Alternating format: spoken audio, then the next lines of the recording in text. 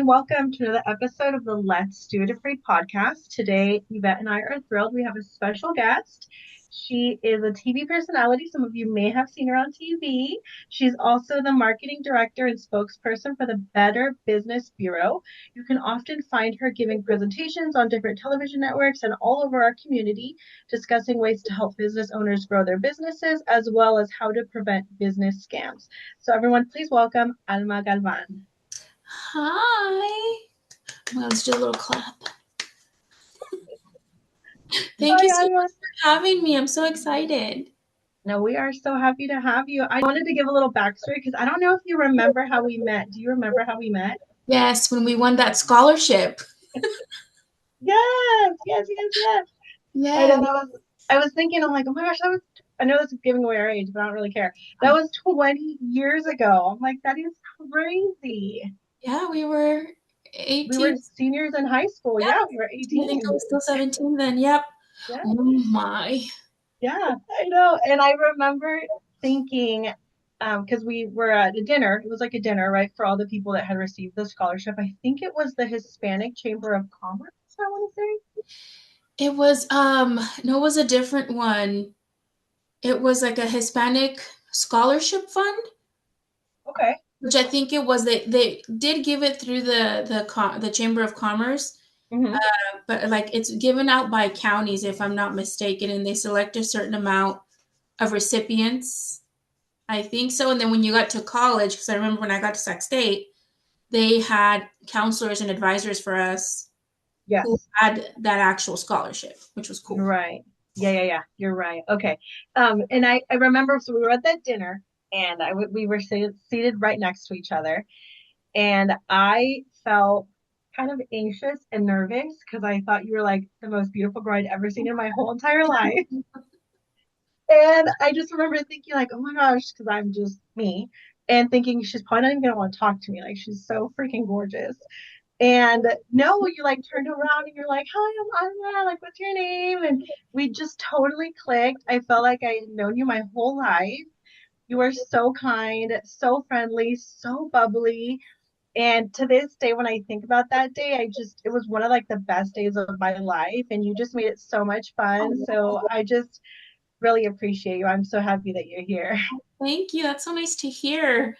You know, it's crazy because you're so young, but then you think about, you're 18. I was a first gen Latina going to college, and my sister at that point, I think, was a freshman at Sonoma State University, who I think you know too. Yeah. But you still have those nerves, like, oh my God, what am I doing? But a veces, I mean, yo soy bien platicadora. Like, it's just who I am. So I was nervous. I'm like, let me just make some friends. But I remember that I was like, how did I meet her? And I was talking to my sister. I was like, oh my God, my sister was the one that remembered.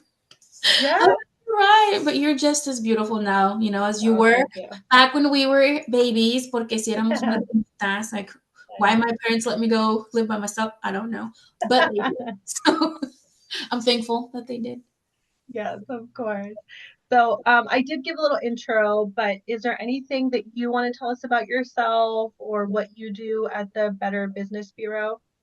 Yes. So a lot of people don't know what the Better Business Bureau is, which is it's known as the BBB.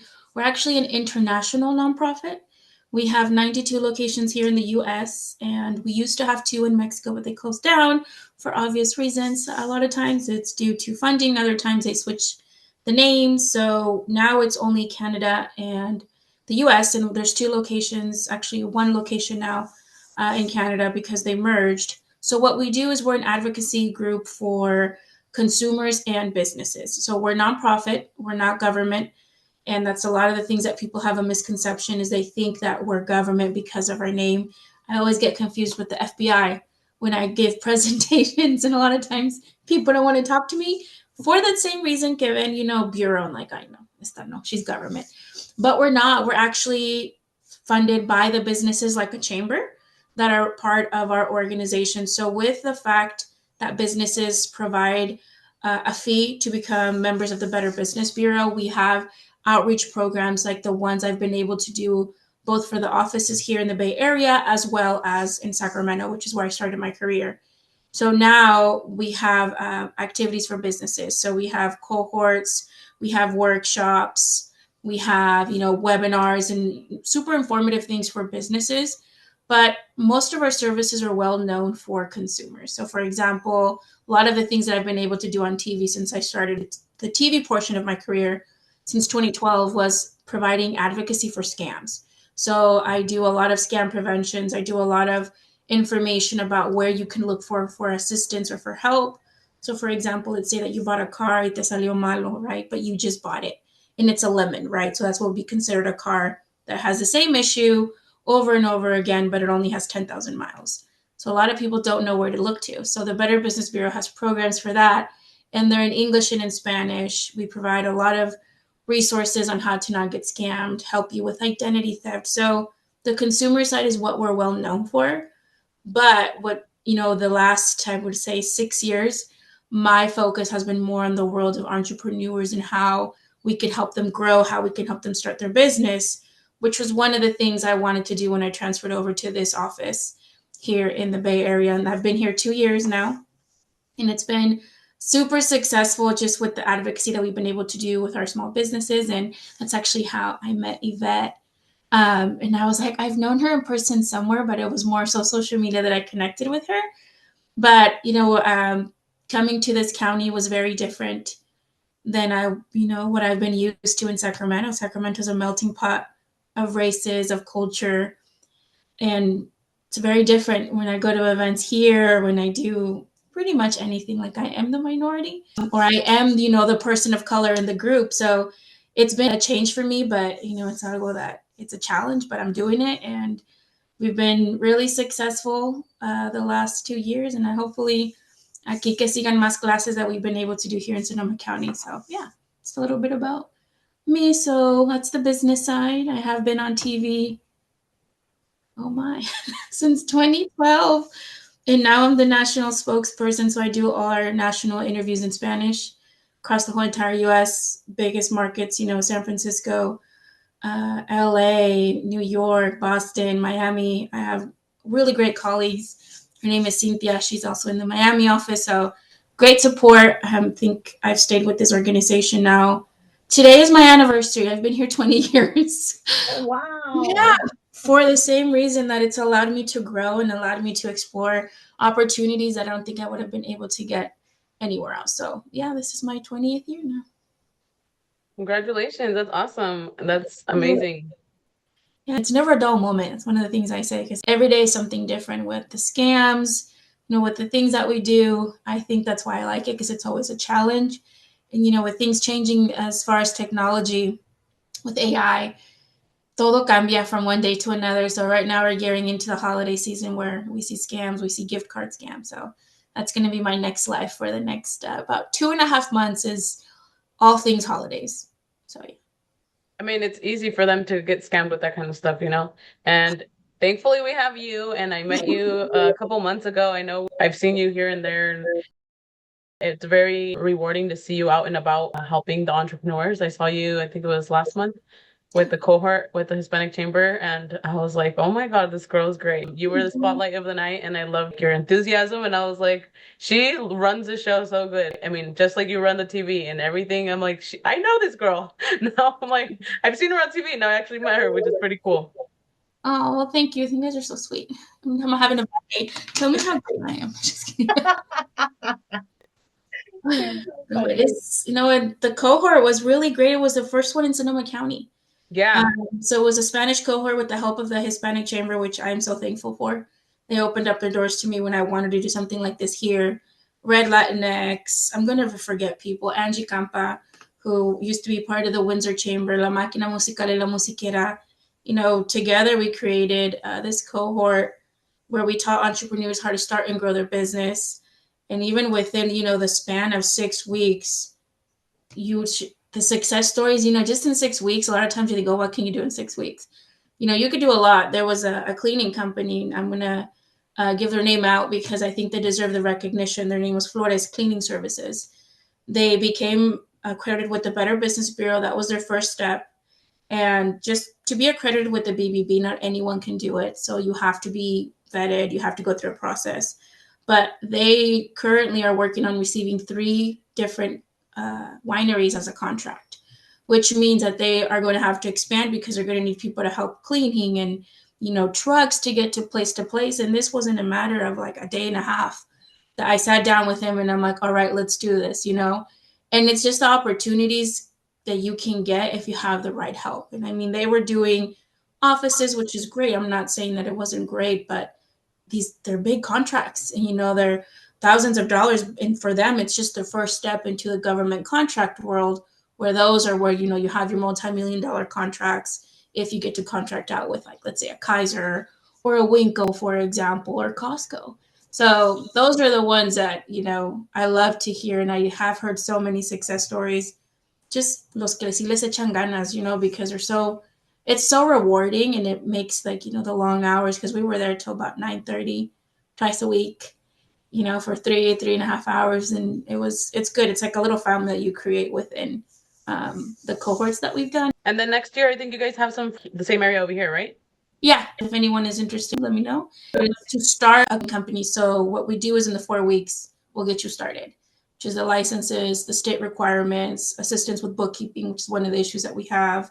I think as Latinos is really understanding the booking part of a business, which I think that's where Yvette's knowledge comes in, which is super helpful. And then, marketing, going into, hiring. We live in a state where laws and regulations are sometimes a pain, especially for someone that doesn't have the knowledge of hiring. And then again, a language barrier. That's the biggest thing, is always just the language barrier, regardless of the language, is fully understanding what it means to hire someone in our language. So yeah, I think next year we're getting ready to gear up and do another one.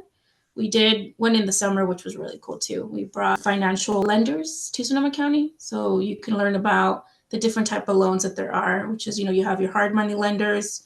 Those are the ones that te dan el dinero like today, but it's like interest rates are a little high. You have your community-based lenders, which you have your CDFIs. You have credit unions, and you have private and public banks. So that was really good. That was one of the best ones I think that we've done so far, is just that people learn the differences and really understand that even though you no tienes papeles, you have the ability of getting help from some of the lenders that we had, which was one of the things that I wanted the people to see, is that there's, I said vicios, you just gotta, look at the right places and ask for help and not be afraid, hacerle la lucha, like my dad said, because aquí todo es posible, just as long as, my dad would be like, le echas ganas, and I'm like, yes, dad, a todo le echo ganas.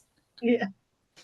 Yeah, and you definitely make such a difference in the community. So we really appreciate all the help that you do. I'm sure everyone where you work is just so happy and so proud to have you on their team. So thank you. I hope so. Oh, I'm sure. I know they are. I think I would be here, right? So yeah, they're great. My team in my office, I'm really blessed to be, working with such a great organization que me da las oportunidades and just kind of lets me do what I like to do, which is, helping and then making sure everyone's aware of scams. Because unfortunately, as a Latino community, we do fall susceptible to certain types of scams, and I've seen it firsthand. And it's not, $5,000 that I've seen lost. Sometimes it's their full retirement or their full investment. So yeah, I like what I do, and I hope I can continue doing it moving forward. Of course. So one of the first questions that we like to ask all of our guests is, what is a fear that you are currently struggling with right now in this moment? Ay, Dios. I know I heard your podcast. So I was like, ay, me van a preguntar, but here we are. I think for me, whether it's today or tomorrow, or I think in 5 years, it's always the fear of failing. And I don't know why, but I always feel like, what if I fail? Whether it's myself or my family or my job, like, I think it's always in the back of my head. It's the fear of failing. And I think it's more so bestowed upon me since I was younger. Because, I came here from Mexico when, Jesus, I was like 6 in 1992. Y aprendí inglés super fast. I think in like 2 months, I was like having conversations with the kids in my class. But it was just the fear of always not being able to understand them, or not being able to learn because of the fact that I didn't know English. Or, once you start getting older, the fear of not getting into a college, or the fear of failing out of college. And now that I'm older, I think it's the fear of letting myself down because of everything that I've done in my family too, is, a lot of the the things that we do now, I think, is what our parents have always wanted us to do to be better than them. So I think, yeah, it's always the fear. For me, it's the fear of failing, definitely. Yeah, I think that is true. I think it has a lot to do with being a first generation, Yes. and coming from parents that are immigrants, because you do feel, or at least I feel, like I have not just the weight of like my parents' hopes and dreams on me, but it's like my grandparents and my Right. great great grandparents, like everyone that sacrificed so much for me to be here and have these opportunities. And so you do kind of feel like you're gonna let down a lot of people, you know? Exactly. And, you know, I grew up in Cloverdale, which is like, it's Cloverdale. It's not as diverse as you would think. So a lot of times growing up, all my friends were white. I think I had one, Mexican friend, two, maybe two. And a lot of the things where I had to be home at a certain time, or I couldn't go to the dances, I couldn't have boys over ever. Nobody, my dad would have a heart attack. And it's like explaining things to them. It was really hard. But again, for me, it wasn't like it was a cookie cutter life. It was more so the respect that I think that I owed them for everything. The sacrifices, or knowing that I had to do my part to take care of my siblings in the house when my mom, was working, or my parents were working late. And, I think as first gen, like you were saying, in Latinas, it's different. You sometimes you had to step up and be a mom at 10. You were a translator at 7. And, now I look back and it's like, dude, I really hope I filled out your tax forms correct. But a lot of I think it is just family. What it boils down to is just the burden of, sometimes we want to be so successful that it almost casts a fear in us, just for that same reason that you don't want to fail yourself and the people that I have struggled and have done things for you. So yeah. Has it ever gotten easier? Like, have you, I don't know, have you found a way to maybe not be so hard on yourself? Like actually sit back and be like, I've accomplished a lot. Like, Alma's done great things. Has that ever helped a little bit? I think I get humbled a lot with my siblings, and I think if you met my siblings, you'd understand. Yeah. They're great, but they also do their part. They help with my parents when they need to. If I don't have any kids yet, but I know that if they needed help with the kids, I could help. And I think a lot of times it's having a good support system, whether it's internally with your family or your friends. Like the friends I've made here, I'm so thankful for. Even the short time that I can go and just sometimes chill out and relax. But you do, like you're saying, I think it's also, and I don't think I've done it recently, to be like, I did this, I'm accomplished this, is because you're always on the go. And sometimes it's hard to just chill, because you're doing this, you're doing that, you get home, you have the gym, you have all this other stuff, you still have a personal life. A veces it's hard just to be like, who, chill out, homegirl. Is I don't do it a lot, I'll tell you that much. But I do have a good support system that has helped out and stepped up too, so that helps out a lot. And my sister's great. She's my best friend, so she's always like, yeah, calmate, or you need a break. And I think it's vice versa, because she's just as bad as me. Yeah, I've always seen like the comments back, like on social media with like your siblings, and you guys are so funny. Like you like said, they humble you real quick.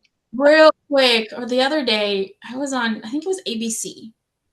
And I don't know what was going on with my hair, but I think with the headphones, que traba los AirPods, se me hizo el pelo like this. And I didn't, yeah, when you're live, you're live. You can't be fidgeting with your stuff. And my brother took a screenshot and he's like, you look so good here. Or, the other one was like, wow, your forehead just took up the whole screen. Like things like that, where they humble you super quickly. But there's times where I know that they're proud of me. But yeah, they cast these jokes, or they'll find pictures of me when I was in my awkward phase, and they circle around on social media. And it's like, where did you find this? I hid them on purpose, pero los encontraron. And yeah, they've made their way around social media. So if you're bored and you ever want to see them, I'm tagged in all of them on Facebook. So feel free, enjoy. And they're so They are. You can also tell that there's a lot of love there, yeah. and there's a lot of support there, which is beautiful. Like, yeah, they're joking, but it's like a joke at the, like I feel like there's a lot of love in your family. So it's a beautiful thing to see. That kind of brings us into our next question, which was, did you ever, did you always want to be on TV? And if so, do you ever get super anxious, nervous when you're on TV? I think I always wanted to. Like I was telling you guys, era bien platicador. I even remember when I was coming to the US. So we were driving I'm from Cotija. So we left Cotija and we were going to Guadalajara. And from Guadalajara, we were going to Tijuana. And this is when we were getting our residency. And I remember the trip from Guadalajara to Tijuana, I sat next to a man. He was probably like 25, I would think. And I talked to him about my whole life. I talked to him about El Chavo del Ocho. And I was talking to him about anything you can think of. And he goes up to my mom and he's like, no, yo bien miedoso, pero su hija me quitó todo el miedo. Parece una cotorra. And it's like, that's why I've always been. I've always been super talkative. I've never been afraid to speak my mind. And I think it's middle child syndrome because the older ones would attack me and the little ones never wanted to me. They were just like, you're too old. And the older ones would be, you're too young. So I was always by myself in the middle. So I think, yeah, when I got the opportunity to just do it as a career, I took on it full force. I did pageant shows prior to leaving Sonoma County when I went into Sac State. So I, did stuff for Miss Cloverdale. I did stuff here locally, and then I did Miss Teen California. And talking in front of people has never got me anxious, ever. Like when I did the pageant shows, thousands of people, nothing. But when you're in front of a camera, I don't know why it was so different. Like my first TV interview was November of 2012. And maybe because I was heavier, I was at my heaviest at that time, but I was nervous. And it's in Spanish. Even though Spanish is my first language, I learned English at such a young age to where I also had to teach myself how to read and write in Spanish. So, sometimes I'm talking, no me salen las palabras en español. So yeah, I was stuttering. And I still remember the interview, and I couldn't find the words to say lock in español. And lock is, el candado when you're talking about cybersecurity, which is one of the things to look for on a website on the left-hand side, by the way. It's a little lock. It just means that the website's secure. No idea. I blanked. And so thank God the reporter, was able to just jump in and make me feel more comfortable. But yeah, I never have an issue public speaking. It doesn't get me nervous. It's just like I feel like it's a nature to me.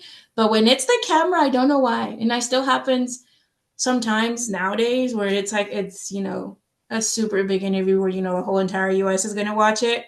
It's like it never gets easier, I think, because, sometimes I get in my own head, which we're human. Is there anything that does help you relax when you feel that anxiety or those nerves? I fidget. So I have little fidgets here, and there's this really cool pen that I have where arribita tiene like a little fidget board. So even though you don't see it, I'm fidgeting. Like I have to move my hands so that no me trabo, or I always prep my interviews beforehand just to make sure that if I don't know a word, I'll ask, like, how do you say this to the reporter beforehand? So that helps out a lot. But yeah, I fidget a lot when people don't see that, because you're on camera. But under the table, I'm like clapping my fingers. I'm with the pen, or, I have a little, one of those little, I don't know what it is, like a stress ball, maybe? Mm-hmm. Yeah, también a veces la agarro underneath the table so para que no se vea, just to make my mind focus on something else that's not the fact that, the whole entire country's watching you right now. Well, that's great. That's great advice. Yeah, I'm gonna try that one day. I'm gonna buy something, and yeah, because I still get a little nervous. I don't know. Do you get nervous, Yvette, at all before we do these interviews? I'm used to virtual meetings, so not as much as before, but there's times where I'm like dreading the meeting, like getting towards like it gets closer and closer, and I'm like, oh, how am I gonna prep? But it's just, I don't know, I'm used to it, so. Yeah. So I know that supporting Latino businesses is really, really important to you, Alma. I know you do a lot of help, like we talked about before, for the Latino community. Why is it so important for you to help empower your community? One of the things that happened when I was in Sacramento, and I started this is going to be my one-stop job, and I wanted to get into journalism and actual, reporting. So when I was with the Better Business Bureau, when I first started, I was at the front desk. So I was just taking in people coming in asking about anything and everything. So there was one time where this older man, came in and he's like, I want to open up a business. And I'm like, oh, that's great. Good for you. And me dijo, where do I go? And then I'm like, shoot, I don't know. And this was, Sacramento County, the regulations are just as, the same almost as Sonoma County. He wanted to open up, believe it was a restaurant. So, I started helping him through the process and kind of going through the things I'm doing now with the help of the California Hispanic Chamber of Commerce. And then he told his friend who told his friend. And so all of a sudden I started getting more and more people asking me, like, how do I do this? So by 2017, I partnered with, at that time it was the Mexican consulate in Oscar Garcia, who is the director of the program with the California Hispanic Chambers of Commerce, to help individuals like the ones that came through, not knowing that we were doing the same thing already. And then that one class that we had over 150 people. And it was then that I just saw the need. And one of the things is I see my uncles in a lot of the people that came in to get help. I saw my parents, mis tias, I saw family. And that was one of the things that I think that's beautiful about our culture is family is always first. Despite that sometimes we might have differences and we might not agree with them, family has always been first for me. And that's what I felt like when I was helping individuals, was the fact that they needed the help and I had the language where I could understand it and get back to them. So it's more so for me that I saw my family in them, that I wanted for them to be able to get some help and get assistance. And as Latinos, one of the things that I've seen is that a veces we're our own worst enemy. La competencia, we don't want to help each other. And I wanted to break that to where we're here helping one another, empowering one another, because what we're doing is we're creating generational wealth for our families. But think about an economic impact. Like one of the things that I think I read, maybe it was a couple years ago, is that we're our own GDP, meaning that we have so much money going into the communities. We're spending so much money within our communities, but we're also generating wealth. And it was in the billions of dollars. I can't remember the actual amount. But, someone that opens up a restaurant might hire 5 people. That's 5 jobs. That's taxes. That's money giving back to our communities. If you ever need a sponsorship, you have someone that might be able to help you. You have like this cleaning company that just was 2 people, but now might be 4 because they need more help. So it's the opportunities that you're also creating within your own communities that started with just a simple, hey, I need help. And I think, moving forward, I've never changed that approach to where there's a need and there's a need for me and I know I can help. And I see it still. And even though it's been 7 years now since I started that program, the need hasn't changed. The location might for me might have changed, but not the need. So I think that's why I still continue to do it, is I feel like, they're family and I want to help them. Yeah, that's really beautiful. I think you're right. I think in our community, a lot of times there is this mentality that we can't all succeed, So, but I was kind of raised the same way as you. Like my mom does a lot of work for the community, and she's always loved to help people, and she's kind of instilled that in me. That love for your community, that love for helping other people when they need it. My husband's the same way, and I think that that's one of the things that I loved so much about him, is that he cared so much about his family, and he wanted to help them and always be like a support for them. And so we both had that in common, and I just think it's beautiful that you saw your family and all of these people and you wanted to help them, and you didn't even think twice about it. It was just like in you just did it. Yeah, I mean, it's if I wasn't going to do it, I don't think anyone would at that time. I mean, this is 2017. I think the resources that we have now definitely were not available in 2017, and then COVID hit. So, 2 years later, and I was thinking about those that started their business during that time. So that was the time I think I worked the most, was during COVID, with all of the loans, the grant money, loan forgiveness. It was a tough time, I think, for a lot of entrepreneurs. and even consumers as well, losing jobs. It was a hard time, but I'm glad we're sort of, but not really seeing, the other side of it moving slowly but surely. Poco a poco ahí vamos. Yeah. You did mention a little bit about how in that first interview that you did on TV, you were at your heaviest and you felt really insecure. Um, I have seen your kind of this like your journey. You've been very open about it on social media about your struggle with body images and things and stuff like that. I know that's something that I struggle a lot with as well. For me, it's not something that's ever, I don't know if it'll ever go away. It's just something that I have to work on every day. So is that the same for you? Like, do you feel like you're healed, like you're, you're a new person, or is it the same thing? Like you have to constantly be working on those self. I Um, wish I was healed. My issue started very young. So I think I was 14. I wasn't big. Like I wasn't like looking back, I was like, you were average, but in my head I was obese, right? Like I was just ginormous human. And so I was diagnosed with anorexia and bulimia at 16. Yeah, about to the point where I couldn't even keep a carrot or water down. So my hair fell out. It was bad.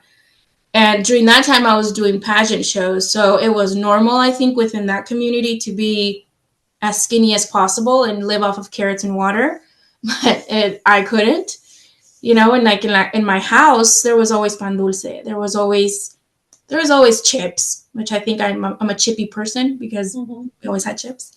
And I did not have a healthy relationship with food. I would eat and puke. I would make myself throw up. And it got to the point where it was happening naturally without me having to do that because my body was just done for.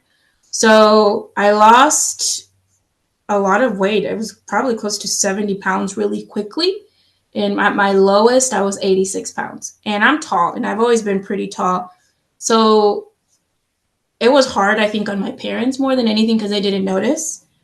And for me, like I never fully healed, I think, from that. So, when I graduated high school, I was about 120, so I'd gained back the weight, but I was working out excessively. And I think there's no reason why a 16, 17, 18-year-old should be working out 2.5 to 3 hours a day, but I was. And I was constantly at the gym, and the gym has always been a safe zone for me. And it's what, my family shares with me in common is we love working out. All of us have always been super athletic. I never played sports. That's one thing. I'm athletic, but I don't play sports. All my brothers and my sister, they're super good at sports. I was like, I'm not. I was the dancer on the side. I'll dance, I cheerlead, I do everything else. And I was not a volleyball player. So we were, in that aspect, we were different, but the same. So I would go to the gym with my brother. I would go to the gym with my sister. I would go to the gym with my younger brother. So that's 3 hours, Monday to Friday, sometimes Saturday mornings. And when I left to go to college, it was a shock for me because I was afraid of food because I couldn't, I had the freedom to basically buy what I want. And my parents were buying things for me anymore. And I was like, okay, cool. So my first year in college, it was fine until it wasn't. So I think the stress of being away from my parents, the fact that I had the freedom to go out and do whatever I wanted and pretty much eat whatever I wanted. I could party. I was drinking, and I was 19. And I went from, by the time I think freshman year was over and sophomore year started, I was starting to gain weight. So by the time I had graduated, I think in 2012, when I started my career, I was at my heaviest. I was 267 pounds. And that was binge eating. That was just eating what I wanted, still throwing up here and there just so I wouldn't feel full because it was super uncomfortable. But it got to the point where I saw myself on camera and I was like, what happened? Like, girl, what happened? And I think after that interview, I was like, this isn't me. I never fully really understood the fact that I had an issue with food until I started getting help. And I think one of the things that is so frowned upon in our communities is looking for that help and knowing that maybe this is not just a health issue, it's a mental issue for me. Like I found comfort in food. And it's, one of the things that when I was going through the classes in Kaiser that they make you go to in order to get actual therapy, is that they were giving stats that sugar is more addictive than cocaine. Mm-hmm. And those are the things that, fully triggered me, the fact that I do have an issue. So in 2012, I think it was 2012, 2013, I got a trainer, I got a nutritionist, and I quit drinking. I was still eating what I wanted, but she started changing things little by little. So it wasn't a huge shock. So I started doing that. And then we incorporated certain things after 6 months. Like if I wanted to have a drink, I could have it. If I wanted to have a cookie, I could have it. If I wanted to eat certain things, I could have them, but in moderations and in portions. So by 2017, I had dropped 100 pounds. And it was just learning how to eat and understand that I can't freely buy a bag of chips. I can't buy chocolates because I will sit down and eat them all. And, during that time, I also lost, I didn't lose him, but he left my life, my boyfriend of 8 years. So it also was like a comfort food for me because I was so stressed out. And it was never work. It was never family. It was always things that I know sometimes where I put them on myself, where I made someone, my everything when they shouldn't have been. So it's like I was learning about myself along the process, but I always had food to be like, my comfort zone. So now, it got to the point where I obsessed about working out and about eating healthy, counting calories, to where it was also unhealthy. And, a lot of times people don't talk about that on that side of things where, yeah, you're healthy, but you're still mentally a little jacked up. And I think that was where my issue was. I was always counting calories, even to like a tablespoon of something. I had to make sure it was in MyFitnessPal. And that was also not healthy because then you're not enjoying yourself. You're not enjoying life. You're so focused on, setting your macros and going to the gym that you forget to live. And that's when I didn't want to be that person. And, throughout this whole entire time, whether I was 86 or 267, I never stopped working out. That's one thing that I'm like, I needed the gym, I need my walks. I need something. I am 38. I think I've been the healthiest I've ever been. I'm not the thinnest. And I think that's one of the things that I've had to let go of, that my body structure is not a size 6. I'm curvy, I'm tall, I work out, I have a lot of muscle, and, having to understand that I'm not going to fit into a size 6. Will I ever? Probably not, because the extremities that I had to go to be a size 4, 6, I wasn't healthy. So I think now to go from anorexic to binge eating to excessive calorie counter to being healthy and being, happy, it took a long time. I mean, I was 16 when I first started getting help. And now I did gain back 30 of the 106 that I lost. But it's been a healthy way to maintain the same exact weight. Maybe go up or down, during your period where you do gain. For me, it's 8 pounds, by the way. I've been able to stay at the same weight for about 5-6 years. I work out 5 to 6 days a week. I eat whole foods. I don't eat processed foods anymore. I try to eat as clean as possible. Do I have treats? Absolutely. I love the churroteca. That's my guilty pleasure. This is addicting. Oh my gosh. Please stop. So good. My dad, every time I go home and I spend the night, he buys me a donut and I have to eat it. My dad buys me donuts. So, and if we're having dinner with my boyfriend, he cooks. He's a great cook, by the way. I'm so blessed. I'm like, I'll clean. I'll do whatever. So, and he knows, so he's always eating healthy as well. So I think it's just, for me, I have a feeling it's just going to be a lifelong thing because I've never fully healed. And I don't think not that I can't, but it's hard. Sometimes because as you get older, your body does change. I was at my smallest, I was a 00. And then at my heaviest, I was a 22. That's a big, that's all. I'm like, dude, I've been all the sizes I think available to women now. So where I'm at now, I'm a size 12. If they stretch, I'll fit in a 10. If not, I'm not even gonna bother, it's where I'm at, but I'm happy. But it also has taken me time to get here. And I still have days where I struggle. And a veces agarro la ropa, la tiro. I'm like, nothing fits.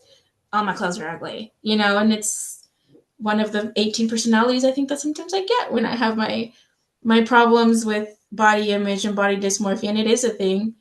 A lot of people don't think it's a thing or get over it. I wish I could. I really wish I could just get over it, but there's times where I won't go out because I am having an episode. I won't leave my house. I just like, oh, fuck it, whatever. I'm not going anywhere. And you think about it, and that shouldn't happen. You should be able to be happy when whatever size you're in. And And is that recent, Alma? Like, will you like has that happened recently, or is like will you're still like I'm not going out today? oh, yeah, it happened, I think, this year. It might have been over the summer. It was just like nothing was fitting right. And a lot of times it's when I'm on my period that it happens. Hormones are everywhere. And I'm like, Jesus, what's going to happen when I hit menopause? It's like, it's scary. Our hormone, a lot of times when we think about whether you're having issues with your weight or your attitude, a lot of it is hormones. And one of the things I can tell women to do is check your hormone levels. And sometimes you got to ask for these tests, but they're worth it because you can really see if you have a estrogen deficiency or a hormone deficiency or something, because I know a lot of my stuff comes from that. And I've, like I'm saying, it's so hard. And I have younger nieces, some of they're teenagers, and I know they look up to me. And it's like I don't want them to see that side of me, so I make sure that they know that they're beautiful, that you know, you have these issues, and one day, maybe, the older one, I think she knows now. But when they're younger, I just, reiterate, you're beautiful, you're smart, you're intelligent. Because I didn't hear that enough. And I think that's why I got the way I got. So now that I'm older, I want to make sure that I don't follow the patterns that, I did of myself, or that my mom unfortunately didn't catch because she was so busy working, that I don't do that if I ever have children. So then that's also another thing. Like, I'm going to gain weight when I have kids. Am I mentally prepared for that? And those are topics that I think need to be discussed with women with these issues, because it is a problem. Because Yeah. you're creating a life. It's beautiful, but you have this little devil that's like, you look like Fiona from Shrek. So it's like, where do we see the balance? And for me, it's always think something that's going to be in me. And I read, I get help. I'm more open about it now because I think talking about it, I know I'm not the only one. Mhm. And it helps to hear how other people cope with certain things, which, might help me, because, like I'm saying, I've been dealing with this since I was 16 in different extremities of my life, different sizes, different ages, that, I want to be able to be happy, fully happy with myself, my eating habits, and, how I look, pretty much. Yeah. I remember just admiring how open you were. I know I could definitely relate when I was hearing, like, look, reading your posts, and you would share your pictures and things like that. And I mean, meeting you 20 years ago, I would have never imagined you were going with through that, right? But like, I've struggled with body images my whole life too. And like you said, body dysmorphia is a real thing. And I don't take a lot of pictures. I mean, if anyone is friends with me on social media, they know that it's very rare that you see me in pictures, because I don't like the way I look in pictures. And I don't know exactly when it started for me either. I'm sure it was probably as a teenager when you start, getting all these insecurities. But it's like something that I literally talk about in therapy every day. And it's like, how do I love myself? Like, how do I love myself? And it might seem so easy to other people, but it's so hard for somebody who struggled with this for such a long time to just change the way they think, or change the way they see themselves. And I have a daughter, so it's like I worry about that. Like, I tell my therapist every day, like, I don't want my daughter to end up like me. Like, the thought of my daughter ending up like me terrifies me. Right? Like, I don't want her to hate herself. I don't want her to not want to leave the house because she hates the way she looks. I don't want her to starve herself, or count every calorie, or go to the gym and work out 2, 3 hours a day. Um, but it's like, how do we break those cycles? You know, like when you're still healing, how do you break those cycles? Yeah. I think one of the things I do now when I have like their episodes is what I call them. They're episodes where it's either because I have a hormone imbalance or maybe I ate something that I know I shouldn't have that it's still like, did you really need that fifth cookie? No. But it's like, I think of something that makes me comfortable, right? What is there clothing wise that makes me comfortable that I can still go out in? Or can I honestly, sometimes it's like, okay, if I go out, just, my friends have always been really supportive. I don't want any pictures. Today's not the day for pictures. I'll go. I'm not happy, but I'll go, and it's so hard, I think, for other people to really fully understand how much just overall your body does to your head, and it's not, other people, they have anxiety, they have, PTSD from, things in life. And it's like for us, it's food, it's my body. And a lot of it, I mean, think of it when we were teenagers, the low rise jeans were so in, when I was, I think I was like 170 at my heaviest when I was a teen. There's no way I was going to fit into those jeans. So if you're looking at the 17 magazine, which is what we had, Mm-hmm. you see all the low rise jeans and midriff shirts. Like I wanted to dress like that. So it's also a lot of the things that we see in society that affects us a certain way. And, thank God, I think as I started getting older, you saw Selena, she was curvy, right? You saw J-Lo, she was curvy. And I even remember there was a model, and she was the first like model that I saw that was buff, but not too much. It was super curvy, big butt. And I'm like, she's different.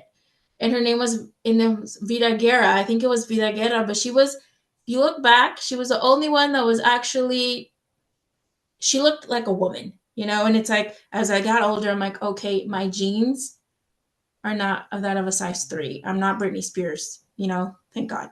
But it's also as Latinas, our bodies are just, they're built different. And you do, as you get older, you have to realize, that we're not size 3s, and it's hard. It's so hard. And I get it. 135.8%. I get it. And I'm like you, where if I'm not wanting pictures, guess what? We're not taking pictures today. I'll go hang out with you in my sweats, maybe, but I'm not taking pictures. And to see that, then I think like that shouldn't happen. Right. Yeah. So how do I get to the point where I will go out and take pictures? And I'm not there yet. I'm like, I'm taking it step by step. Like my gym plans are great. Like I said, I work out 6 days a week, 5 to 6 days a week. Mm-hmm. I eat healthy, but it's the body issues that I think my 2025 resolution is how do I get to the point where I'm comfortable? And it might be my resolutions for the next 10 years. I don't know. But if you guys find a mechanism, let me know. Same. If you find something that works, just let us know because yeah, it's an everyday struggle. Every day. It's like I have to be conscious of being nice to myself Mm-hmm. every day and realizing that our thoughts matter. And so if I'm saying mean things to myself, I have to be like, Myra, stop. Yeah. Like, stop being mean to yourself, you know? And like there's like the story of like the wolf, right? I don't remember exactly how it goes, but it's like about like two wolves, right? And like one's bad and one's good. And I think the kid asks like, well, how, which one's stronger or something like that, right? And it's like whichever one you feed, Facts. right? So it's like if I'm feeding this narrative that I'm not enough, that I'm not pretty enough, that I'm not thin enough, that I don't look good on camera, then that's the feelings inside of me that's going to get, or the voices inside my head that are going to get louder and louder. But if I'm like, no, like I am beautiful, I am enough, and I do matter, you know, my clothes don't define me, my weight on the scale doesn't define me. I'm enough just because I'm alive and I'm here for a reason. And eventually, hopefully, those are the voices that are going to get louder in our heads. And eventually, we'll get to the point where you said we won't care. We'll be able to take all the pictures we want and not be so in our heads about it.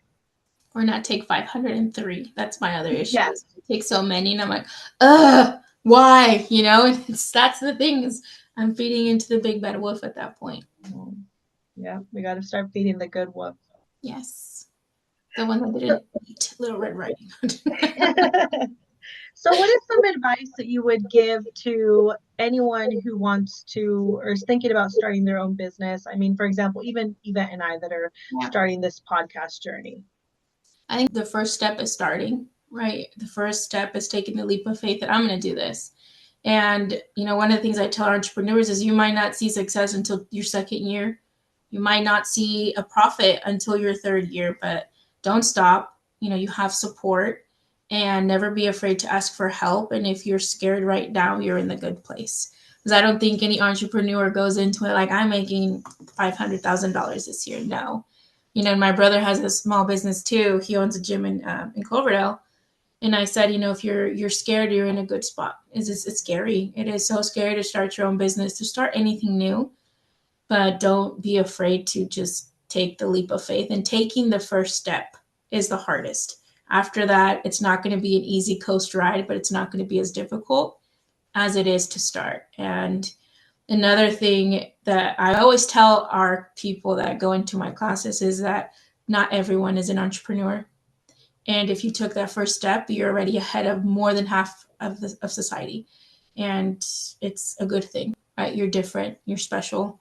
And don't forget that. Because trust me, I hear a lot of businesses that they want to quit because they didn't make a profit the first year, but it's actually pretty common.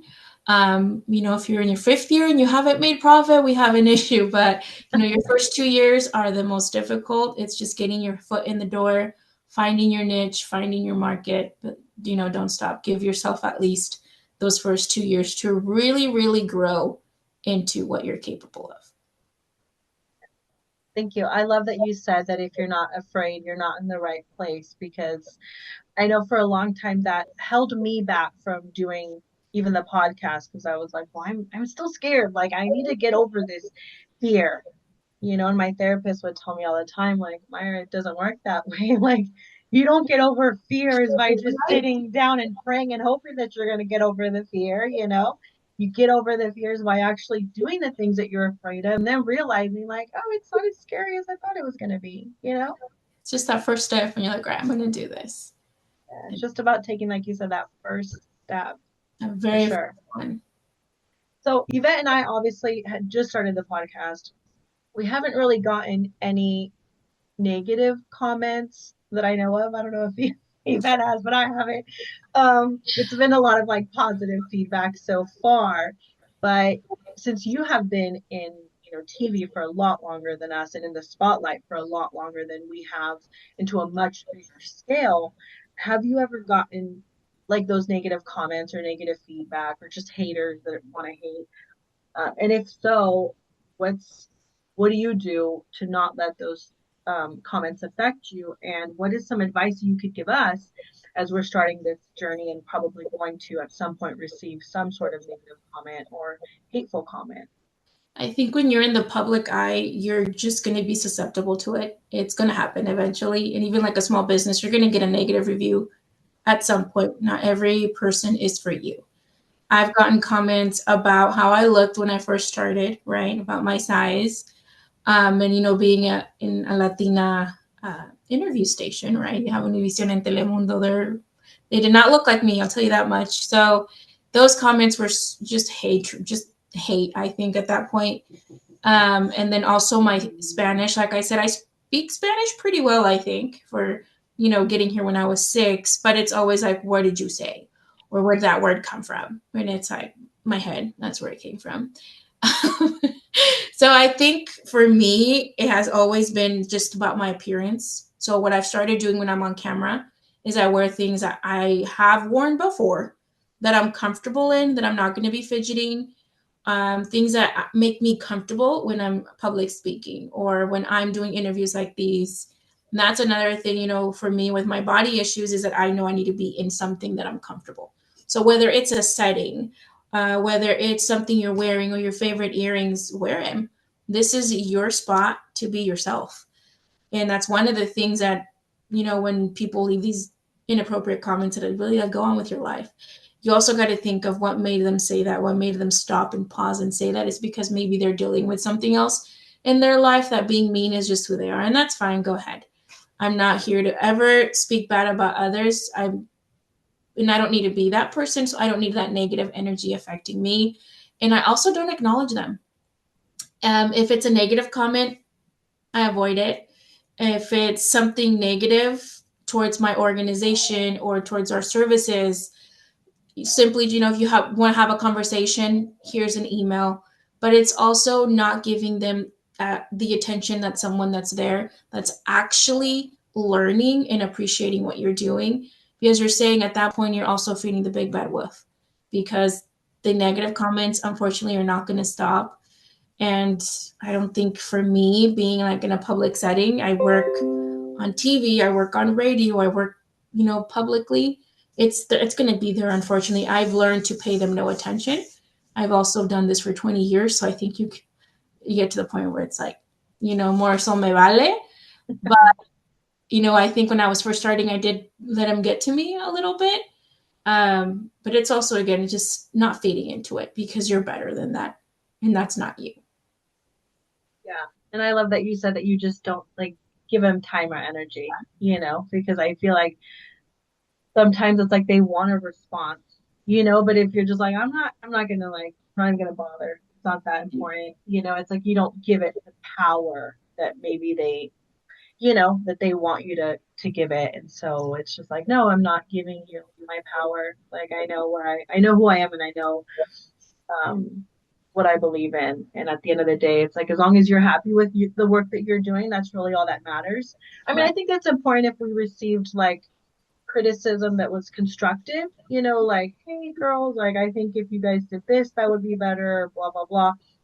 I would be open to things like that. But if it's just like hateful comments like y'all are fugly or something, I'm like, okay, okay. You also have no picture on your Instagram page. So yeah, see, that's the thing, though. Like, I could sit here and I have like saying I'm a talker, I have a big mouth. I could probably make someone cry, but I refuse to be that person, because it's not me. And I don't want to be, because that's kind of ugly, and that's not who I am. There have been also racist comments, which, coming to this county has happened, and I'm shocked, because I grew up here. But, if you go into Marin County, a little bit up northern, and you're doing events in Spanish, or you're talking about your life as a Latina, they always find a way to make it seem like it's all about race, and it's not. These are just our experiences as, Hispanic Latinos. But that's another thing, is in my line of business, I have had racist comments because we're only helping Latinos, or we're only helping LGBTQ, or we're only helping Black entrepreneurs. And it's sad, but I'm also not shocked, because I know there's undercover racists wherever you go, and they take opportunities like this to make you feel bad for doing something good in the community. And like, my CEO said, it's like, we're not going to stop. If you don't support it, you don't have to, but that doesn't mean that we have to, right? So it's like, we're still going to continue it. And that's another thing that unfortunately maybe will happen, is also the fact that you might get some racist comments. I'm hoping not, but it's happened to me. And I pay it no attention, because I know that that's them, and I'm not that type of person, so I'm not going to. Yeah, I think that's good that you don't feed into it. And I hope that, because I can have a big mouth too. So I'm like, I can, like I'm going to try to learn and just be like, no, like I'm not going to feed into it. I'm not going to give it any energy, any power. Like, we're good, because at the end of the day, I don't want to be that hateful person. Like, I never want this podcast to be a place of hate. Like, it is a place of love and inclusivity for anyone and everyone who chooses to be a part of it. So, and I feel like Yvette feels the same way. So it's like, we want it to be a safe place for everyone. And even if you don't have the same opinions as us, that's fine. Like I said, we're open to different views and different opinions. We just hope that it's criticism that's, will help us learn and grow, and not just being hateful or mean or ignorant or racist, And I think my last comment when someone said something on one of our posts was like, I'm sorry you feel that way. Yeah. Well, that's a good one. We'll say, I'm sorry you feel that way. Enjoy your life being miserable. Like, I was like, I'm sorry you feel that way. Have a good day. We'll leave it at I'm sorry you feel that way. Yeah. I'm sorry you feel that way. We're very sorry that you feel that way, but have a good day. God bless you. Yeah. So you're blocked. if you feel comfortable with sharing, where can people find you? Or if somebody maybe has a question or wants to reach out, is there an email or something like that where they can find you?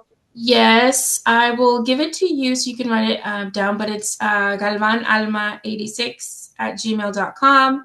I'm on all social media platforms except TikTok. I heard your guys' latest episode on the TikTok scrolling. I'm not there yet. So, and you just can find me under my name, which is Alma Galvan. Instagram, Facebook, and LinkedIn. Also, if you want to follow our professional page, it's BBBSF Bay Area, where you'll find all information on our upcoming workshops for our businesses, any scams that we're currently investigating, and then again, a lot of information for holiday shopping, which this is more important for the younger kids, 18 to 24. They're actually more susceptible to online shopping scams during the holidays. So a lot of goodies, a lot of information. I am a huge reader as well. So if you guys ever need book recommendations, there's a library. There's a lot more back here, but you guys can't see them. I love to read. I love to share reading. I think reading takes my mind away a lot of the You time. shared a lot of really good books with me, so thank you. I really appreciate that. Yeah. Yeah. And definitely send us your email and things like that so we could post it on the episode so people can find you. The last two questions that we like to end all of our interviews are what is the worst advice you've ever received and what is the best advice that you've ever received? The worst advice actually came from one of my bosses, and he no longer works for this organization, thank God. He said that my pretty face and long hair will get me nowhere in life. And it's like, first of all, sexual harassment. I was young. I was afraid. I was 22 when I first graduated, starting my career. And he literally, those were first words. He said that my pretty face and long hair will to get me nowhere in life. Well, that didn't work out for him. That was the worst. And I think about it and I'm like, I should have said something, but I didn't. Me daba miedo. He was really scary, but then he got fired for being just himself. So he's no longer part of this organization, which is great. So that was the worst advice. That my pretty face and long hair would get me nowhere in life, and I think actually it did. So along with my brain, I think that's what he meant. Along with my brain and everything else that I do, but I think the best advice, my grandpa, my mom's dad, he always used to tell me que con todo. And when I was younger, I didn't really realize what he meant, like que con todo, échele ganas, was always the other one. Pero, he actually made it into a little box, which I have. I wish I would have brought it out. But he used to tell me, like, basically live your life to the fullest and make the the ugly things good. So that way you're always, living. And he wrote it in a little box for me to remember que con todo, like échale ganas. And inside the box, he left me a bracelet. And I'm like, I wish I brought it out, but it's the most beautiful saying. And I remember him telling me that que con todo, and make the ugly good. And I think that's how I've lived my life. I've made every ugly moment a good one. I've learned from my mistakes, and I've learned how to let go of certain things in the past. So yeah, for me, it's always échale ganas con todo. And that's such a beautiful quote. And I have it now in a little box, which is nice because something special that I have from him. But for me, I think, yeah, échale ganas. You never be afraid. You're always going to be afraid of failing, like I said, but never be afraid to take a first step into anything, as you will surpass the first step, because after the first, there's a second. Thank you. Thank you so much, Alma. You are just amazing. I'm so excited for people to listen to this episode. I know that people are going to be so inspired by you and so motivated. And that's a beautiful quote that you shared from your grandfather. And I wish you would have brought the box. I want to see the box now. Maybe you can send us a picture. Cute. I'm like, let me check in my jewelry box. Hold on. Like, I know I have it. Oh, I did. Yay. Okay. So this is probably like 15 years old. So it's a little bracelet con las monarcas. Oh, it's cute. Super cute. And then it says, minuto a minuto, ama tu vida con valentía. Oh, I'm going to cry. I miss him so much. Entrégate a ella. De lo pequeño haz grandes momentos. De lo grande comparte y disfruta, de lo difícil acepta y aprende. Recuerda, tu vida es grandeza, solo está en ti hacerla brillar.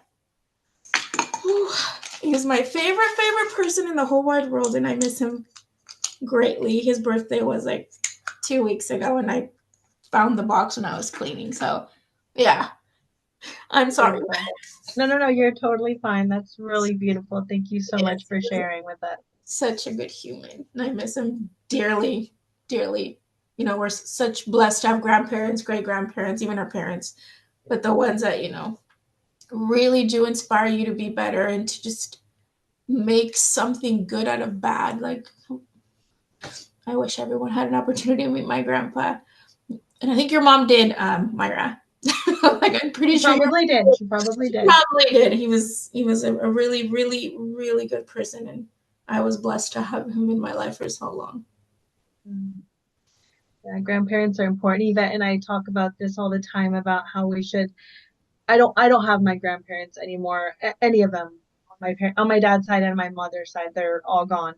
But I wish and I regret so much every day that I didn't write down their story. I mean, I never met my grandparent, like the dads. Sorry, my mom's dad passed away when she was really young, but my grandmother was so important to me, my mom's mom.